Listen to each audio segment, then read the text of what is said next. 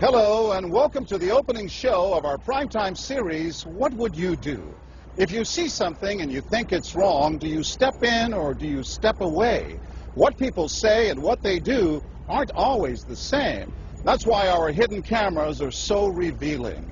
In our first scenario, we weren't sure what to expect when our opinionated man behind the counter meets the Muslim woman in a headscarf. Deep in the heart of Texas, at this little roadside bakery, bigotry is being served with the coffee and bacon. Sir, I had a question. No, ma'am. We don't serve Muslims here. I'm sorry? This is America. We're at war with your people. I don't know what you think I am. I'm just trying to get an apple. Well, you're a terrorist is what you are. So... Excuse me? You got to take your business elsewhere. We don't serve your kind here.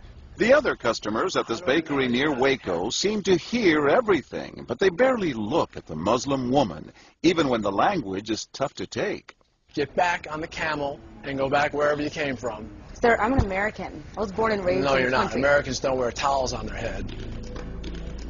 Muslim Americans say these are words they hear all the time in all parts of the country. But here at the bakery, what the customers don't know is that this Muslim woman and the man behind the counter are actors. The bakery is working with us, all part of a primetime hidden camera experiment on prejudice and patriotism. Please take your business elsewhere. Am I asking too much? When no one even tries to help her, she makes a direct appeal. Sir, would you mind ordering me an apple strudel? That's why I'm here. I can give you the money. I have no problem. That's not a problem with me. Please, no, sir. I'm not going to let you have order a it. job. But when he gives her the cold shoulder, she finally just leaves. You could have helped her out. You could have spoken up. Why not? Me speak up for her? Well, if he tried to do some harm to her or something, then I would have. But why not try to set him straight? I really think that a person that owns his own business should be able to say who they sell to. She's not American. Others seem to agree with our actor as to who's an American and who's not. Is it all based on the way we look? I'm an American citizen. I just would like an apple strudel, please. Well, I'm sorry. Then why don't you dress like an American? You're this so is American. for religious purposes, sir, and I don't think you have any right to say anything. So I'm religious. I don't wear, Halloween costumes around.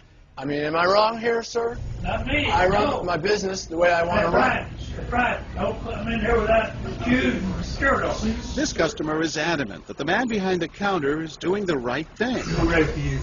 But the fact is, it's against the law to deny service to someone based on their race or religion. My name is John Quinones, and I'm with ABC News. What did you think of what you heard here? I didn't hear anything racist. He told her he wouldn't serve her. Well, he can say he wouldn't serve you if you come in here barefooted without a shirt on. But she wasn't barefoot or without a shirt on. Well, she wasn't dressed right. What do you mean? If I was running a place, I'd do the same thing. You wouldn't let Muslims shop at your store? I sure wouldn't. We never expected customers to be so candid. How do I know you don't have a bomb in there? Watch what happens this time when, once again, our Muslim woman is denied service This is not right.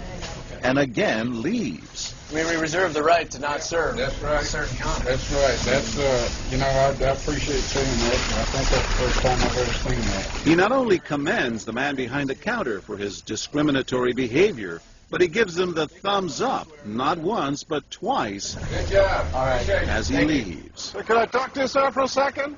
But when I approach, Sir, we're with ABC News. there is no thumbs up for me. We staged a little experiment in there to see how people would react to that kind of attitude. You're not an American. I am an American. That man took it a bit farther, telling me I'm not an American. He was threatened. Jack DeVideo is a social psychologist at Yale University. So when we as Americans feel threatened from the outside, we're going to define ourselves in very rigid fashions. Either you're with me, and if you're not really one of me, then you must be somebody else who's against me. The young woman in our experiment is an actor. But for this woman, discrimination is all too real. Nahaya Javed helped us design our experiment. Although born in Chicago, she says she's constantly characterized by fellow Americans as the enemy. They always start off with, you're a terrorist, Osama lover, towel head, camel jockey, on and on. While attending college in Texas, she says she continually suffered verbal abuse and has even been physically attacked just because she's Muslim. They assume I'm not from here, and if I tell them I'm American, they're like, no, you're not. Just because you were born here doesn't make you American. And I'm like, so what makes you American? It's a daily battle. Mm-hmm. And I don't feel like living in America, I should have to fight this battle. Meanwhile, back at the bakery, our actor is at it again. But how do I know you're not a terrorist? Terrorists look like you. But this time the customers are sympathizing with the Muslim woman. Right, I know, but can you blame me? Yeah, I can't blame you, actually. Why? What's the problem? All right, we'll get out of here. You need to go yourself, actually. What do you need to do? Okay, sir. I'm a good American, all right? We're at war with these people. My dad's a veteran. Go yourself. So is mine.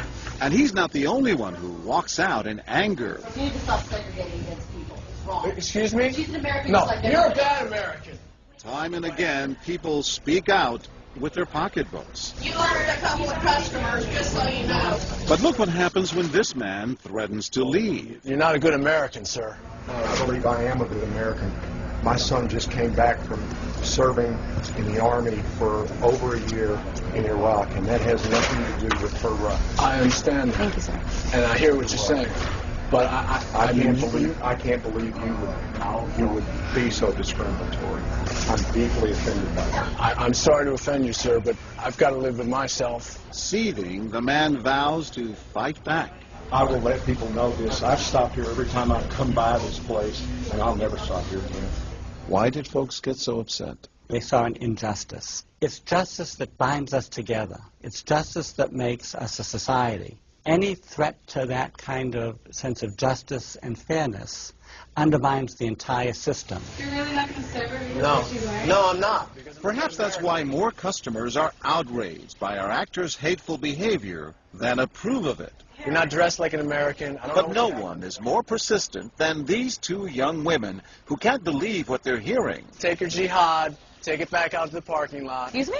I mean, I got to protect my customers, okay? You're really offensive and disgusting. Well, I'm sorry. I'm just trying to protect you here. Because You're don't know sick. what's going on. Like that doesn't mean anything. This is a How do you know? culture.